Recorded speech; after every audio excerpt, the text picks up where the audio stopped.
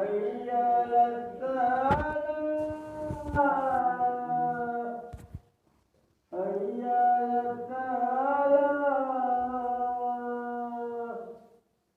حي على الفلاح حي على الفلاح الله أكبر الله أكبر لا إله إلا الله.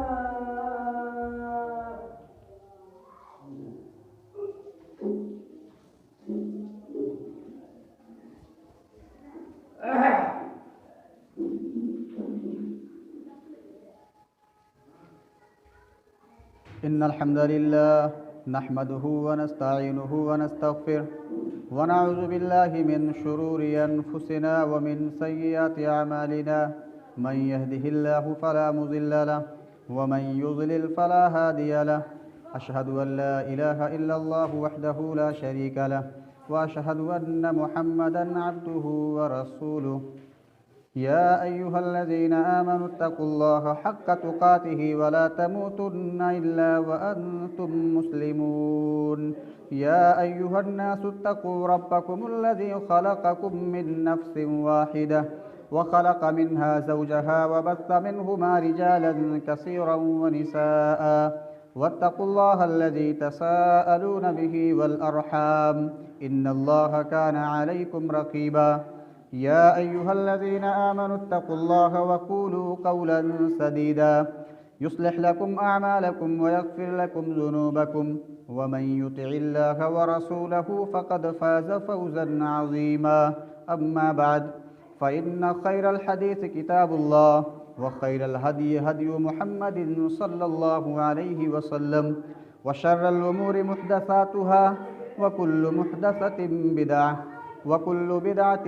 ضلالة وكل ضلالة في النار. أعوذ بالله السميع العليم من الشيطان الرجيم. بسم الله الرحمن الرحيم. قاف والقرآن المجيد بل عجبوا أن جاءهم منذر منهم فقال الكافرون هذا شيء عجيب أئذا متنا وكنا ترابا ذلك رجع بعيد قد علمنا ما تنقص الأرض منهم وعندنا كتاب حفيظ بل كذبوا بالحق لما جاءهم فهم في أمر مريج أفلم ينظروا إلى السماء فوقهم كيف بنيناها وزيناها وما لها من فروج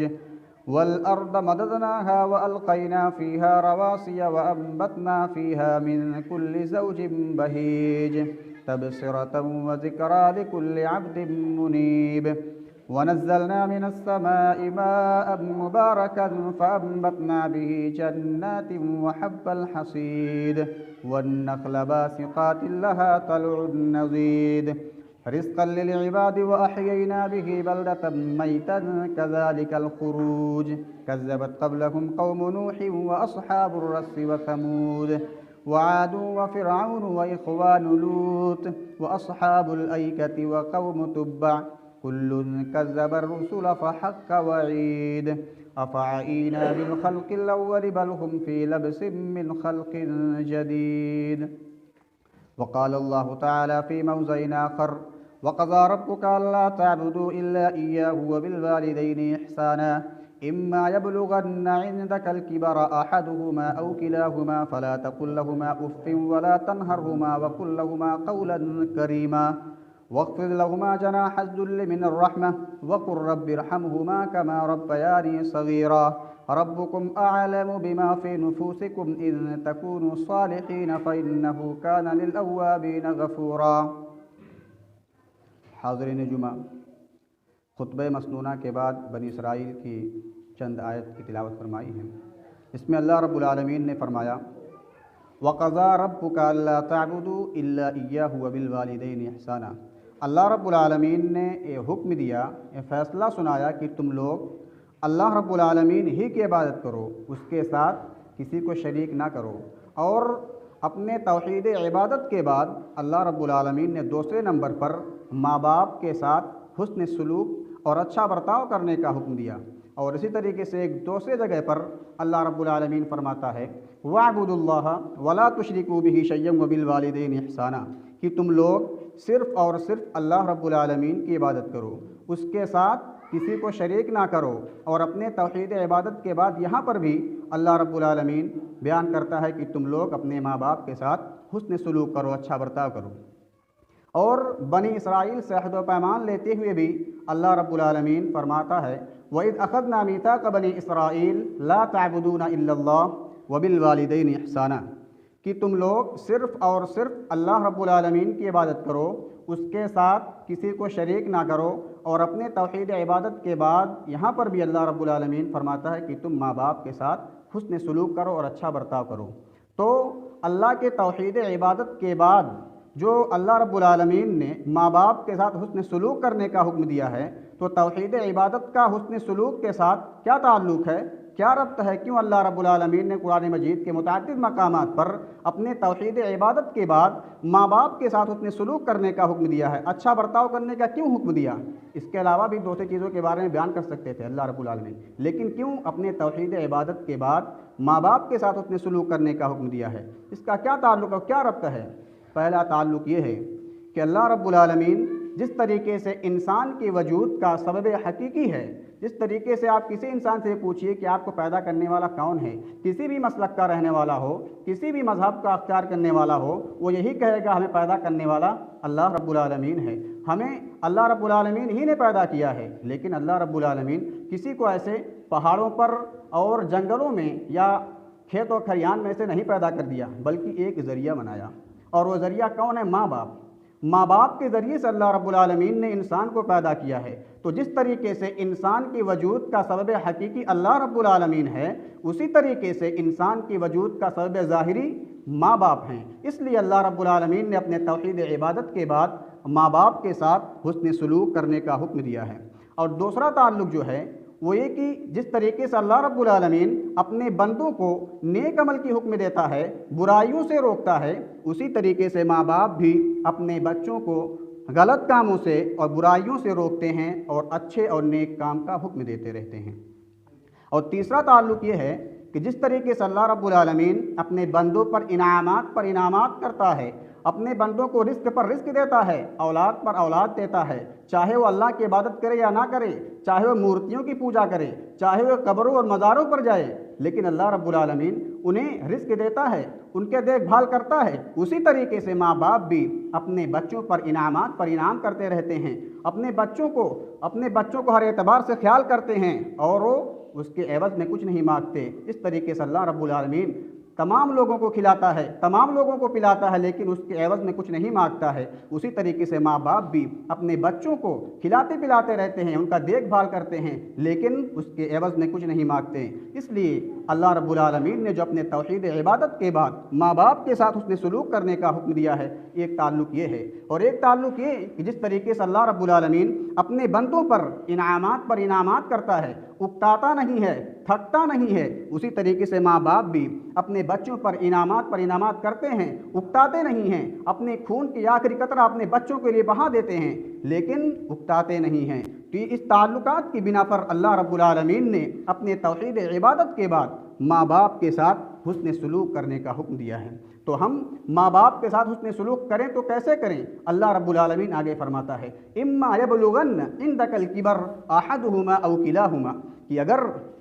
تمہارے ماں باپ بڑھاپے کو پہنچ جائیں۔ اللہ رب العالمین نے اس آیت کے اندر کبر کا ذکر کیا کہ اگر تمہارے ماں باپ بڑھاپے کو پہنچ جائیں۔ کیوں؟ اس لیے کہ بڑھاپے کے وقت ماں باپ معذور ہو جاتے ہیں، ماں باپ کمزور ہو جاتے ہیں، ان کے جسم کے اعضاء ڈھیلے ہو جاتے ہیں، وہ صحیح سے نہ چل سکتے ہیں، نہ بیٹھ سکتے ہیں۔ جوانی کا ذکر اللہ رب العالمین نے نہیں کیا۔ کیوں؟ اس لیے کہ جوانی کے وقت ماں باپ خود اپنے رزق کو تلاش کر سکتے ہیں، خود وہ چل پھر کر اپنے ضروریات کو پورا کر سکتے ہیں۔ اس وقت بچے ہی کو ضرورت ہوتی ہے ماں باپ کی مدد کی، بچہ ہی لاچار و مجبور ہوتا ہے۔ اس لیے اللہ رب العالمین نے کبر کا ذکر کیا کہ جب تمہارے ماں باپ بڑھاپے کو پہنچ جائیں، جب تمہارے ماں باپ کمزور ہو جائیں۔ انسان کی ابتدا بھی کمزوری ہے، انسان کی انتہا بھی کمزوری ہے۔ انسان جب پیدا ہوتا ہے اس وقت بھی کمزور ہوتا ہے، اور جب اپنے زندگی کے آخری ایام گزارتا ہے اس وقت بھی کمزور ہوتا ہے۔ اللہ رب العالمین فرماتا ہے اللہ الذی خلقکم من ضعف ثم جعل من بعد ضعف قوة ثم جعل من بعد قوة ضعفا وشیبة یخلق ما یشاء وهو العلیم القدیر،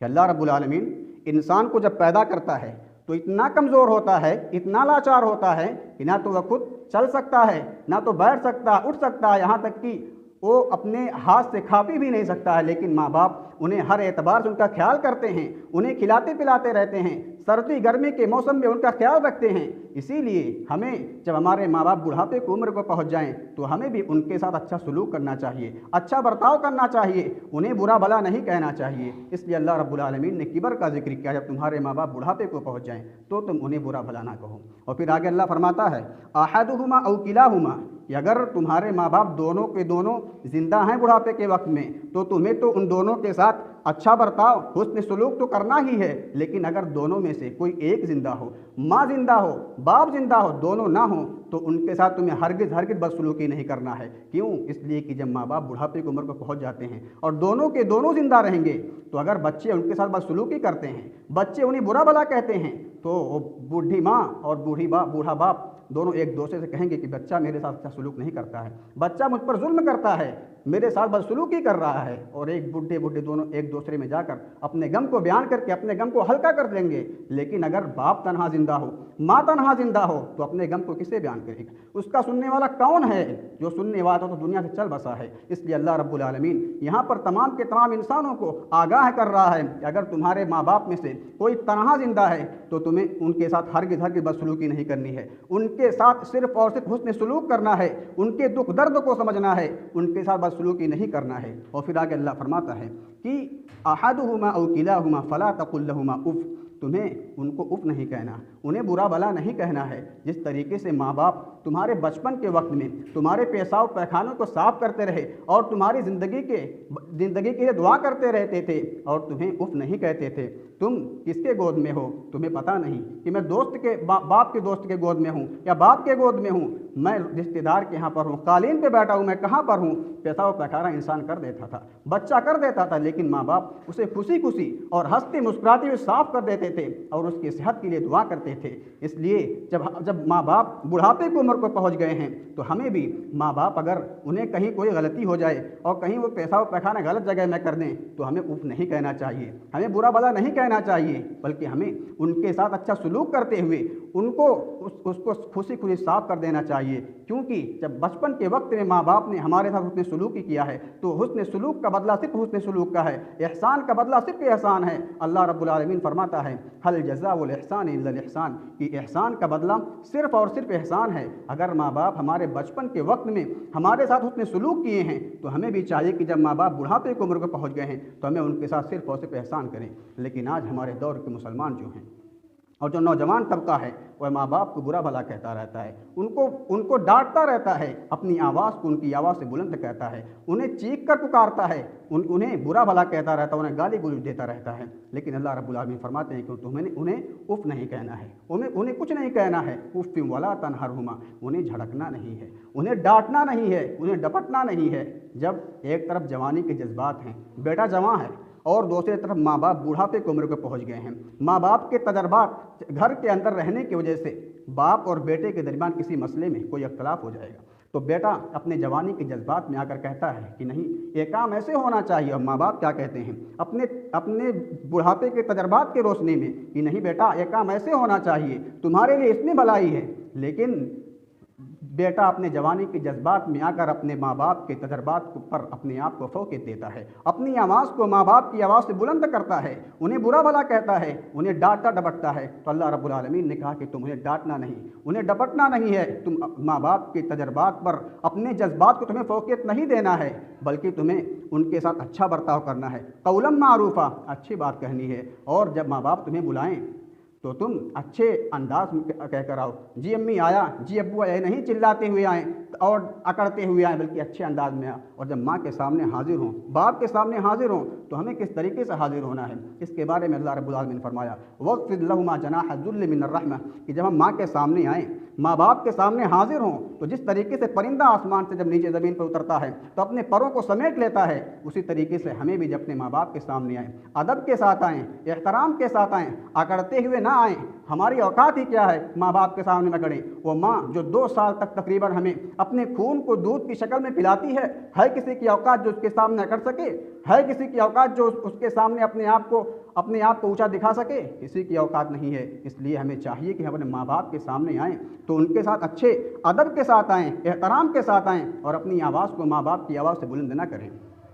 اور یہ جو ساری چیزیں ہمیں کرنی ہے، جو ماں باپ کو اف نہیں کہنا ہے، جو انہیں برا بلا نہیں کہنا ہے، اپنی آواز کو ان کی آواز سے جو بلند نہیں کرنا ہے، یہ صرف دکھاوے کی وجہ سے نہیں کرنا ہے، ریا کے لیے نہیں کرنا ہے، نمود کے لیے نہیں کرنا، بلکہ رحمت کی وجہ سے کرنا ہے۔ کیونکہ یہ ماں باپ جب تم چھوٹے تھے تو دکھاوے کے لیے تمہارے ساتھ احسان نہیں کرتے تھے، تمہارے دکھ درد کو اپنا دکھ درد نہیں سمجھتے دکھاوے کی وجہ سے۔ جب تم بیمار ہوتے تھے تو راتوں رات یہ ماں باپ جاگتے تھے، دکھاوے کے نہیں جاگتے تھے۔ یہ ماں جب تم سردی کے موسم میں اپنے بستر پر پیشاب کر دیتے تھے تو خود بھیگے ہوئے بستر پر سو جاتی تھی اور تمہیں سو کے بستر پر سلاتی تھی، دکھاوے کی وجہ سے نہیں سلاتی تھی بلکہ رحمت کی وجہ سے سلاتی تھی۔ اس لیے جب ہم ماں باپ بڑھاپے کی عمر میں پہنچ جائیں تو ہمیں بھی یہ سارے کام جو انہیں کرنا ہے، جو انہیں اف نہیں کہنا ہے، دکھاوے کی وجہ سے نہیں بلکہ رحمت کی وجہ سے کرنا ہے۔ اور آگے اللہ فرماتا ہے کہ تم ان کے تمہیں دعائیں کرتے رہنا ہے، وَقُلْ رَبِّ ارْحَمْهُمَا كَمَا رَبَّيَانِي صَغِيرًا، اور تمہیں دعا کرتے رہنا ہے اللہ جس طریقے سے ماں باپ نے ہمارے بچپن کے وقت ہمارے ساتھ اچھا سلوک کیا ہے، ہم پر رحم کیا ہے، اسی طریقے سے تم بھی ان کے ساتھ اچھا سلوک کرو، ان پر رحم کرو۔ حضرت لقمان علیہ السلام اپنے بیٹے کو نصیحت کر رہے ہیں، یا بنیا لا تشرک باللہ ان الشرک لظلم عظیم، اے میرے بیٹے تو اللہ کے ساتھ شرک نہ کرنا، یقیناً شرک سب سے بڑا ظلم ہے۔ اللہ رب العالمین نے دیکھا کہ حضرت لقمان علیہ السلام اپنے بیٹوں کو یہ نصیحت کر رہے ہیں کہ تم صرف اللہ رب العالمین کی بات کرنا، اس کے ساتھ کسی کو شریک نہ کرنا۔ تو اللہ رب العالمین نے پورے انسانیت کو وصیت کر دیا کہ تم لوگ اپنے ماں باپ کے ساتھ صرف اور صرف حسن سلوک کرنا، ان کے ساتھ بدسلوکی نہ کرنا۔ اور ایک دوسری جگہ پر اللہ رب العالمین فرماتا ہے وَوَصَّيْنَا الْإِنسَانَ بِوَالِدَيْهِ إِحْسَانًا حَمَلَتْهُ أُمُّهُ كُرْهًا، اللہ رب العالمین نے پورے انسانیت کو وصیت کر دیا کہ وہ لوگ اپنے ماں باپ کے ساتھ حسن سلوک کریں، اچھا برتاؤ کریں، اور وجہ بھی بیان فرما دی۔ جس طریقے سے حضرت یوسف علیہ السلام نے اپنے باپ سے جب کہا کہ ابا جان میں نے خواب دیکھا ہے کہ 11 ستارے اور سورج اور چاند ہمارے لیے سجدہ کر رہے ہیں، ہمیں سجدہ کر رہے ہیں، تو انہوں نے باپ نے کہا کہ حضرت یعقوب علیہ السلام نے یہ کہا کہ بیٹے تم اس خواب کو اپنے بیٹوں کو نہ بتانا، تو چھوٹا بچہ ہے، ان کے ذہن میں سوال پیدا ہو سکتا ہے کہ کیوں ابا جان کہہ رہے ہیں کہ ہم اپنے بھائیوں سے نہ بتائیں، ان کے سامنے اپنے خواب کو نہ پیش کریں، کیوں کہہ رہے ہیں؟ یعقوب علیہ السلام بیان کرتے ہیں اس لیے نہ بتانا کیونکہ تمہارے خلاف تمہارے بھائی چال چلنے لگیں گے، تمہارے خلاف تمہارے بھائی چال چلنے لگیں گے، تو بھائی کے درمیان یہ بھی سوال پیدا ہو سکتا ہے، چھوٹا بچہ ہے، کہ میرے بھائی میرے لیے کیوں برا سوچیں گے، کیوں میرے خلاف چال چلیں گے؟ حضرت یعقوب علیہ السلام بیان کرتے ہیں کہ اس لیے چال چلنے لگیں کہ ان الشیطان للانسان عدو مبین، یقیناً شیطان انسان کا کھلا ہوا دشمن ہے، شیطان انسان کا دشمن ہے، اس وجہ سے وہ تمہارے بھائی تمہارے خلاف چال چلنے لگیں گے۔ اس سے پتہ چلتا ہے کہ ہمیں ہر راز کی بات کو اپنے بھائیوں کو ہی بتانا چاہیے، کیونکہ شیطان ہے، شیطان انسان کا دشمن ہے، اور کب آپ کے بھائی کے درمیان حائل ہو کر آپ کے درمیان آپ کے بھائی کے درمیان اختلاف مچا دیں اور ٹکراؤ پیدا کر دیں۔ اس لیے ہمیں ہر راز کی باتوں کو اپنے بھائیوں کو ہی بتانا چاہیے۔ اللہ رب العالمین نے فرمایا وَوَصَّيْنَا الْإِنسَانَ بِوَالِدَيْهِ إِحْسَانًا، کہ ہم اپنے ماں باپ کے ساتھ حسن سلوک کریں۔ وجہ بھی بیان کر دیا، اس لیے کہ حملتہ امہ کرہا، اس لیے کہ تمہاری جو ماں ہے، تمہاری ماں تمہیں اپنے پیٹ کے اندر تقریباً 9 ماہ تک ایک ہی پوزیشن میں رکھا، ایک ہی پوزیشن میں رکھا، اور یہاں تک کہ وہ مصیبت پر مصیبت برداشت کرتی رہی، تھک جاتی تھی، پریشان ہو جاتی تھی، اٹھتے وقت، بیٹھتے وقت، چلتے پھرتے وقت ہر وقت آپ کا خیال کرتی تھی۔ ابھی آپ پیٹ کے اندر ہیں لیکن ماں آپ کے بارے میں ہر وقت خیال رکھ کرتی تھی کہ ہم کیا کھائیں، کیا پئیں جس کی وجہ سے آپ کو کوئی تکلیف نہ ہو، ہم کیسے رہیں، کیسے سوئیں جس کی وجہ سے آپ کو تکلیف نہ ہو۔ ماں کے جسم کے دینا سوجن آ جاتا تھا، اس کے پورے جسم سوج جاتا ہے،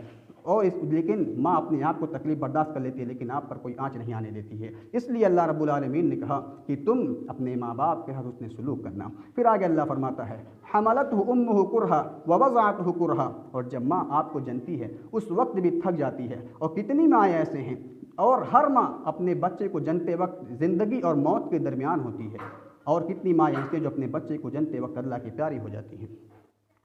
اور کتنی ماں ایسی ہیں جنہیں ڈاکٹر یہ کہہ دیتا ہے یا تو آپ بچیں گے یا تو آپ کا بچہ بچے گا۔ ماں بغیر کچھ سوچے سمجھے کہہ دیتی ہے میں بچوں یا نہ بچوں، میرے بچے کو بچا لیجیے، میرے بچے کو کوئی آنچ نہ آئے، میرے بچے کو صحیح سالم رہنے دیجیے۔ ماں، اس لیے اللہ رب العالمین نے کہا کہ تم ماں باپ کا حسن سلوک کرو، ماں کا درجہ یہ ہے۔ اور پھر آگے اللہ فرماتا ہے کہ حملتہ امہ کرہا ووضعتہ کرہا وحملہ وفصالہ ثلاثون شہرا، یہ ماں جو ہے تمہیں تقریباً 2 سال تک اپنے خون کو دودھ کی شکل میں پلاتی رہی ہے، تمہارے جسم کا جو گوشت ہے اس گوشت کے ایک ایک ریشے میں تمہارے ماں کا احسان چھپا ہوا ہے۔ تمہاری اوقات نہیں کہ تم اس کے سامنے اکڑ کر کھڑا ہو سکو، تمہاری اوقات نہیں کہ تم ان کے سامنے چیخو چلاؤ۔ اس وجہ سے اللہ رب العالمین نے کہا کہ تم اپنے ماں باپ کے ساتھ حسن سلوک کرو، اچھا برتاؤ کرو، اور اسی وجہ سے اللہ رب العالمین نے ماں کا درجہ باپ کے درجے سے 3 گنا زیادہ کیا ہے۔ اللہ کے رسول کے پاس ایک صحابی آتے ہیں اور کہتے ہیں اللہ کے رسول، ماں باپ میں سے سب سے زیادہ احسان کے مستحق کون ہے؟ اللہ کے رسول نے کہا کہ تیری ماں۔ 3 مرتبہ کہا تیری ماں، تیری ماں، تیری ماں، چوتھے مرتبہ کہا تیرا باپ۔ کیوں؟ 3 چیز ایسی ہے جو ماں ہی برداشت کرتی ہے، باپ اس کو نہیں برداشت کرتا۔ 9 مہینے تک تقریباً پیٹ کے اندر ماں ہی رکھتی ہے، یہ باپ نہیں رکھتا، اور درد ذیل جو صرف ماں ہی برداشت کرتی ہے، یہ باپ نہیں کرتا ہے، اور جو 2 سال تک تقریباً دودھ پلاتی ہے صرف ماں ہی پلاتی ہے، باپ نہیں پلاتا ہے۔ اس لیے اللہ رب العالمین نے ماں کا درجہ باپ کے درجے سے 3 گنا زیادہ کیا ہے۔ ایک صحابی اللہ کے رسول کے پاس آتے ہیں اور کہتے ہیں اللہ کے رسول، سب سے افضل عمل کیا ہے؟ اللہ کے رسول نے کہا کہ نماز کو اس کے وقت پر ادا کرنا، نماز کا وقت ہو جائے اسی وقت نماز کو پڑھنا ہے، سب سے افضل عمل ہے۔ صحابی نے پوچھے پھر اس کے بعد کون سا عمل سب سے افضل ہے؟ اللہ کے رسول نے کہا کہ ماں باپ کے ساتھ حسن سلوک کرنا، ماں باپ کے ساتھ اچھا برتاؤ کرنا۔ انہوں نے پوچھا پھر اس کے بعد کون سا عمل سب سے افضل ہے؟ اللہ کے رسول نے کہا اس کے بعد سب سے افضل عمل یہ ہے کہ اللہ کے راستے میں جہاد کرنا۔ اس حدیث سے پتہ چلتا ہے کہ اللہ کے راستے میں جہاد کرنے سے زیادہ فضیلت والا کام یہ ہے کہ ہم اپنے ماں باپ کے ساتھ حسن سلوک کریں، ان کے ساتھ اچھا برتاؤ کریں۔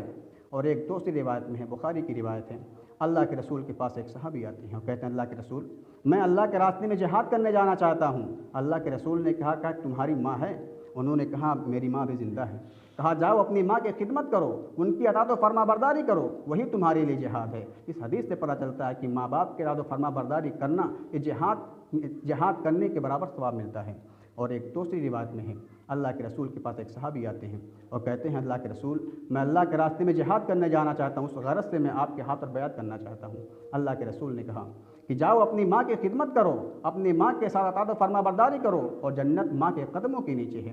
ان تمام احادیث سے ہی پتہ چلتا ہے کہ جہاد سے بھی زیادہ فضیلت والا کام یہ ہے کہ ہم اپنے ماں باپ کے اطاعت و فرما برداری کریں، لیکن ہم ہیں کہ اپنے ماں باپ کو قدر نہیں کرتے ہیں، اپنی بیویوں کی وجہ سے، اپنے بچوں کی وجہ سے اپنے ماں باپ کو برا بھلا کہتے رہتے ہیں، انہیں لعن و طعن کرتے ہیں، انہیں گالی گلوچ دیتے ہیں، ان کی قدر نہیں کرتے ہیں، جبکہ ماں باپ ہی ایک ایسی ہستی ہے کہ اگر ایک مرتبہ آپ کی زندگی سے چلے گی تو دوبارہ نہیں آئے گی۔ بیوی اگر ہے تو دوبارہ بیوی آ سکتی ہے، بچے اگر برے ہیں تو دوبارہ بچہ اللہ رب العالمین تمہیں دے سکتا ہے، لیکن اگر ماں باپ آپ کی زندگی سے چلے گے پھر دوبارہ کبھی نہیں آ سکتے۔ لیکن ہم ماں باپ کی قدر و قیمت کو نہیں سمجھتے ہیں، ان کے ساتھ بدسلوکی کرتے ہیں، انہیں برا بھلا کہتے رہتے ہیں۔ اللہ کے رسول فرماتے ہیں کہ رضا ربی فی رضا الوالدی، یعنی رب کی رضا والد کی رضا میں ہے۔ اگر کسی انسان سے اس کے والد خوش ہوں تو ایسے انسان سے اللہ رب العالمین بھی خوش ہے۔ اگر کسی انسان سے اس کا والد خوش نہیں ہے تو سمجھو اللہ رب العالمین بھی اس سے خوش نہیں۔ لیکن ہم ہیں کہ ہمارے کتنے ایسے بھائی ہیں جو اپنے والد سے قطع تعلقی رکھتے ہیں، ان کے ساتھ اچھے سے بات نہیں کرتے ہیں، انہیں برا بھلا کہتے رہتے ہیں۔ لیکن اللہ کے رسول فرماتے ہیں اگر کسی انسان سے اللہ رب العالمین خوش اسی وقت ہو سکتا ہے جب اس کا باپ اس سے خوش ہو، لیکن ہم اپنے باپ کو خوش نہیں رکھتے ہیں، ان کے ساتھ بدسلوکی کرتے ہیں۔ اور تمام کے تمام انبیاء کرام اپنے ماں باپ کے حسن سلوک کرتے تھے۔ حضرت یحییٰ علیہ السلام بھی ان کی تعریف کرتے اللہ رب العالمین فرماتے ہیں کہ اپنے ماں باپ کے حسن سلوک کرتے تھے۔ اللہ کا فرمان ہے وَبَرًّا بِوَالِدَيْهِ وَلَمْ يَكُنْ جَبَّارًا عَصِيًّا، کہ یقیناً یحییٰ علیہ السلام اپنے ماں باپ کے ساتھ حسن سلوک کرتے تھے اور وہ بدبخت اور سرکش نہیں تھے۔ اور اسی طریقے سے حضرت عیسیٰ علیہ السلام بھی اپنے ماں کے ساتھ اپنے سلوک کرتے تھے۔ اللہ رب العالمین کا فرمان ہے وَبَرًّا بِوَالِدَتِي وَلَمْ يَجْعَلْنِي جَبَّارًا شَقِيًّا، اور اسی طریقے سے یحییٰ علیہ السلام اپنی ماں کے ساتھ اپنے سلوک کرتے تھے اور وہ اللہ رب العالمین نے بدبخت اور سرکش نہیں بنایا تھا۔ ابراہیم علیہ السلام اپنے باپ کا کتنا حسن سلوک کرتے تھے۔ باپ مشرک ہے، بتوں کی پوجا کرتا ہے، اور بتوں کو خود اپنے ہاتھوں سے تراشتا ہے، لیکن حضرت ابراہیم علیہ السلام اسے کہہ رہے ہیں ابا جان تم ان بتوں کی پوجا کیوں کرتے ہو، ان بتوں کے پرستش کیوں کرتے ہو جنہیں تم اپنے ہاتھوں سے تراشتے ہو اور پھر ان کی پوجا کرتے ہو، کیوں انہیں مشکل کشا اور حاجت روا مانتے ہو، کیوں تم ان تمام معبودان باطلہ کو چھوڑ کر ایک اللہ کی پوجا کیوں نہیں کرتے، کیوں ان کی بات کرتے ہو، یا ابتی کی گردان کر ابا جان کہہ رہے ہیں، لیکن اس کے جواب میں ان کے باپ کی طرف سے جو جواب آتا ہے کہتے ہیں کہ آپ یہاں سے چلے جائیے، ہمارے آنکھوں سے اوجھل ہو جائیے ورنہ ہم آپ کو قتل کر دیں گے، آپ کو مار کریں گے، آپ کو سنگسار کر دیں گے۔ لیکن اس کے جواب میں ابراہیم علیہ السلام یہ نہیں کہتے ہیں کہ غلطی تو میری ہے، میں نے آپ تو بتوں کی پوجا کرتے ہو، آپ تو مشرک ہو، غلطی میری ہے کہ میں آپ سے نرم لہجے میں بات کر لیا، غلطی میری اینا کہہ کر کیا کہتے ہیں سلام علیک، آپ پر سلامتی ہو، اور باپ کو بھی چھوڑ دیتے ہیں، بستی کو بھی چھوڑ دیتے ہیں اور قوم والوں کو بھی چھوڑ کر چلے جاتے ہیں۔ اور اسی طریقے سے تمام کے تمام صحابہ کرام بھی اپنے ماں باپ کے ساتھ اتنے سلوک کرتے تھے۔ حضرت عبداللہ بن عمر رضی اللہ عنہما اپنے باپ کے ساتھ اتنا حسن سلوک کرتے تھے، اور یہ حسن سلوک دنیا ہی تک محدود نہیں کہ ماں باپ زندہ ہیں ہم ان کے ساتھ اتنے سلوک کریں، بلکہ مرنے کے بعد بھی ماں باپ کے ساتھ جن کا تعلق تھا ان لوگوں کے ساتھ حسن سلوک کرتے تھے۔ ایک مرتبہ حضرت عبداللہ بن عمر سفر میں جا رہے تھے، اپنی تجارت کے سامان کو لے کر کہیں جا رہے تھے، تو راستے میں ایک بدو ملتا ہے ریگستان میں، وہ کہتا ہے کہ مجھے اللہ کے نام پر کچھ دے دیجیے، تو اللہ کے نام پر کچھ دے دیتے ہیں انہیں۔ اس کے بعد حضرت عبداللہ بن عمر پوچھتے ہیں کہ آپ اس ریگستان میں کیا کرتے ہو، آپ یہاں پر آپ کا نام کیا ہے، آپ یہاں کام کاج کیا کرتے ہو؟ وہ کہتے ہیں کہ ہم یہاں پر بکریاں چرا کر اپنا گزر بسر کرتا ہوں اور میرا نام فلاں ہے۔ کہا آپ فلاں کے بیٹے ہیں؟ انہوں نے کہا ہاں۔ کہا کیا آپ کے ابا حضرت عمر رضی اللہ عنہ کے دوست تھے؟ انہوں نے کہا ہاں دوست تھے، ہمارے ابا اکثر مدینہ جایا کرتے تھے اور ان کے ساتھ اٹھا بیٹھا کرتے تھے۔ تو اپنے سوارے سے نیچے اترتے ہیں اور جو سر پر امامہ رکھے رہتے ہیں اس کو نکال کر حضرت بدو کو دے دیتے ہیں اور کہتے ہیں یہ ہماری طرف سے آپ کے لیے ہدیہ ہے، اور جو اپنے اوپر چادر رکھے تھے اس چادر کو بھی اتار کر اسے دے دیتے ہیں ہدیے کے طور پر، اور گدھے پر جو تجارت کا سامان تھا اسے بھی اتار کر اسے ہدیے کے طور پر دے دیتے ہیں، گدھا کو بھی دے دیتے ہیں۔ اور عبداللہ بن عمر کے ساتھی جو لوگ تھے انہوں نے کہا کہ ابو عبد الرحمن تم یہ سب کیا کر رہے ہو، تم کیوں تمام کے تمام چیز کو اس بدو کو دے رہے ہو، آپ کو معلوم ہے ایک بدو ہے، اسے 2-4 روپیہ ہی دے دو گے تو اس پر وہ راضی ہو جائے گا اور سمجھے گا انہوں نے ہم پر بہت انعام کیا، بہت احسان کیا، تم یہ سب کیا کر رہے ہو؟ انہوں نے کہا میں یہ سب اس لیے کر رہا ہوں کیونکہ مجھ پر اس کا حق ہے، اس حق کی وجہ سے میں اس پر یہ سارا معاملہ کر رہا ہوں۔ اور اللہ کے رسول سے میں سنا تھا اللہ کے رسول بیان کر رہے تھے کہ آپ ان تمام لوگوں کے حسن سلوک کرنا جن سے باپ کا تعلق ہو، اس اپنے باپ کے تعلق کی وجہ سے میں اس کے حسن سلوک کر رہا ہوں، اچھا برتاؤ کر رہا ہوں۔ اور یہ صرف عبداللہ بن عمر رضی اللہ عنہما کا واقعہ نہیں کہ وہ اپنے ماں باپ کا اتنا حسن سلوک کرتے تھے، بلکہ تمام کے تمام صحابہ کرام اپنے ماں باپ کے حسن سلوک کرتے تھے۔ حضرت ابو ہریرہ رضی اللہ عنہ ایک مرتبہ ان کی ماں انہیں آواز دی، انہیں بلایا، ان کی آواز ماں کی آواز سے بلند ہو گئی، ماں کے بات پر لبیک تو کہے، ماں نے کہا ادھر آؤ، آنے کے لیے تو کہا کہ ٹھیک ہے آ رہا ہوں، لیکن ان کی آواز ماں کی آواز سے بلند ہو گئی، آواز تیز نکل گئی، تو وہیں پر وہ ترنت بیٹھ گئے اور استغفار پڑھنے لگے، اور پھر وہاں سے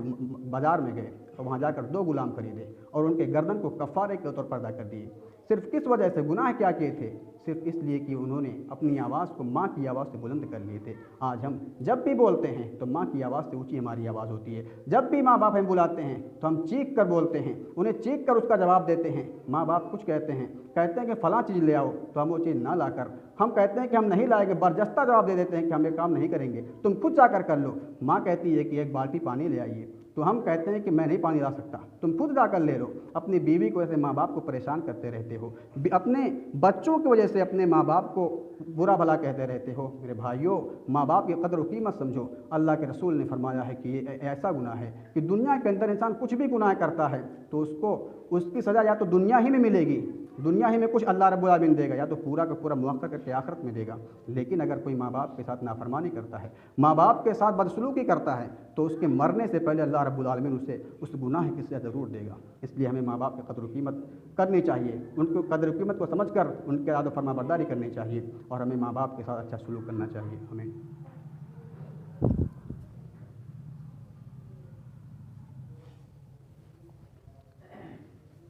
ان الحمد للہ نحمده ونستعینه ونستغفر ونعوذ بالله من شرور أنفسنا ومن سيئات أعمالنا من يهده الله فلا مضل له ومن يضلل فلا هادي له أشهد أن لا إله إلا الله وحده لا شريك له وأشهد أن محمدا عبده ورسوله إن الله وملائكته يصلون على النبي يا أيها الذين آمنوا صلوا عليه وسلموا تسليما اللهم صل على محمد وعلى آل محمد كما صليت على إبراهيم وعلى آل إبراهيم إنك حميد مجيد اللهم بارك على محمد وعلى آل محمد كما باركت على إبراهيم وعلى آل إبراهيم إنك حميد مجيد إن الله يأمر بالعدل والإحسان وإيتاء ذي القربى وينهى عن الفحشاء والمنكر والبغي يعظكم لعلكم تذكرون ولذكر الله